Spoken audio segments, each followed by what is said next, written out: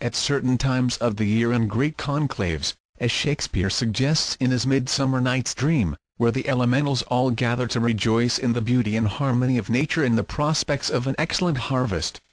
The gnomes are ruled over by a king, whom they greatly love and revere. His name is Gob. Hence his subjects are often called goblins. Medieval mystics gave a corner of creation one of the cardinal points to each of the four kingdoms of nature spirits, and because of their earthy character the gnomes were assigned to the north, the place recognized by the ancients as the source of darkness and death. One of the four main divisions of human disposition was also assigned to the gnomes, and because so many of them dwelt in the darkness of caves and the gloom of forests their temperament was said to be melancholy, gloomy, and despondent.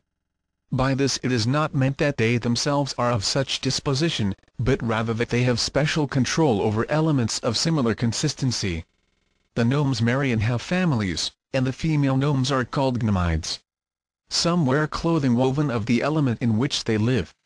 In other instances their garments are part of themselves and grow with them, like the fur of animals.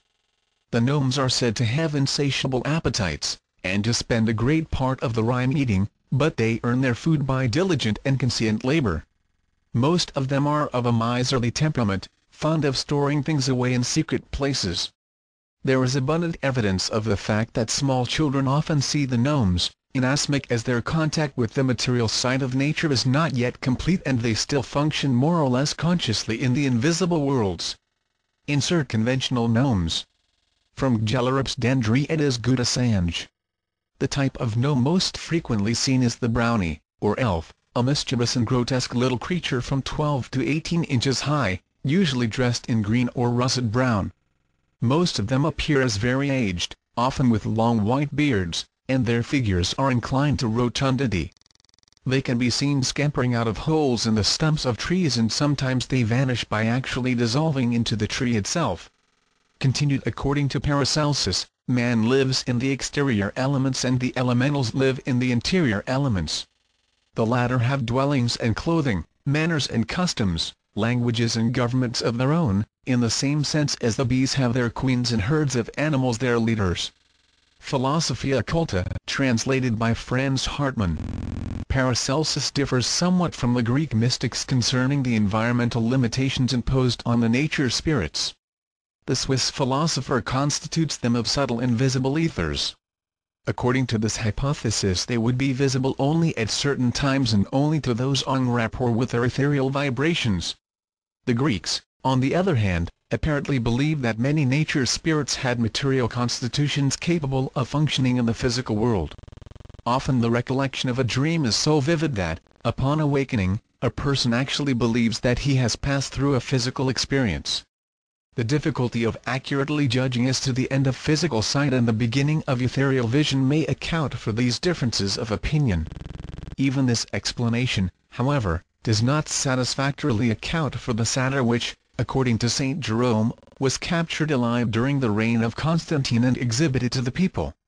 It was of human form with the horns and feet of a goat. After its death it was preserved in salt and taken to the emperor that he might testify to its reality. It is within the bounds of probability that this curiosity was what modern science knows as a monstrosity. The Undines. As the gnomes were limited in their function to the elements of the earth, so the Undines, a name given to the family of water elementals, function in the invisible, spiritual essence called humid or liquid ether. In its vibratory rate this is close to the element water, and so the Undines are able to control, to a great degree, the course and function of this fluid in nature. Beauty seems to be the keynote of the water spirits. Wherever we find them pictured in art or sculpture, they abound in symmetry and grace. Controlling the water element, which has always been a feminine symbol, it is natural that the water spirits should most often be symbolized as female. There are many groups of Undines. Some inhabit waterfalls, where they can be seen in the spray. Others are indigenous to swiftly moving rivers. Some have their habitat in dripping, oozing fens or marshes, while other groups dwell in clear mountain lakes. According to the philosophers of antiquity, every fountain had its nymph. Every ocean wave its oceanid. The water spirits were known under such names as Erides, nereids, lemoniades, nauids, water sprites, sea maids, mermaids, and potamides. Often the water nymphs derive their names from the streams, lakes, or seas in which they dwelt. In describing them, the ancients agreed on certain salient features. In general, nearly all the undines closely resembled human beings in appearance and size, though the ones inhabiting small streams and fountains were of correspondingly lesser proportions. It was believed that these water spirits were occasionally capable of assuming the appearance of normal human beings and actually associating with men and women. There are many legends about these spirits and their adoption by the families of fishermen, but in nearly every case the undines heard the call of the waters and returned to the realm of Neptune, the king of the sea. Practically nothing is known concerning the male undines. The water spirits did not establish homes in the same way that the gnomes did, but lived in coral caves under the ocean or among the reeds growing on the banks of rivers or the shores of lakes. Among the Celts there is a legend to the effect that Ireland was peopled, before the coming of its present inhabitants, by a strange race of semi-divine creatures. With the coming of the modern Celts they retired into the marshes and fens, where they remain even to this day. Diminutive undines lived under lily pads and in little houses of moss sprayed by waterfalls. The undines worked with the vital essences and liquids in plants, animals, and human beings, and were present in everything containing water. When seen, the undines generally resembled the goddesses of Greek statuary. They rose from the water draped in mist and could not exist very long apart from it. There are many families of undines, each with its peculiar limitations. It is impossible to consider them here in detail. Their ruler, Nexa, they love and honor, and serve untiringly. Their temperament is said to be vital, and to them has been given as their throne the western corner of creation. They are rather emotional beings, friendly to human life and fond of serving mankind. They are sometimes pictured riding on dolphins or other great fish and seem to have a special love of flowers and plants, which they serve almost as devotedly and intelligently as the gnomes.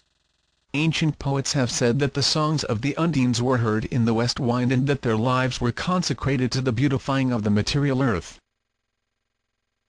The salamanders. The third group of elementals is the salamanders, or spirits of fire, who live in that attenuated, spiritual ether which is the invisible fire element of nature. Without them material fire cannot exist. A match cannot be struck nor will flint and steel give off their spark without the assistance of a salamander, who immediately appears, so the medieval mystics believed, evoked by friction.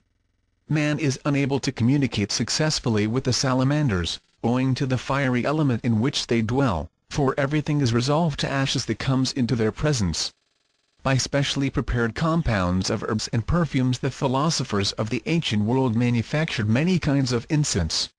When incense was burned, the vapors which arose were especially suitable as a medium for the expression of these elementals, who, by borrowing the ethereal effluvium from the incense smoke, were able to make their presence felt.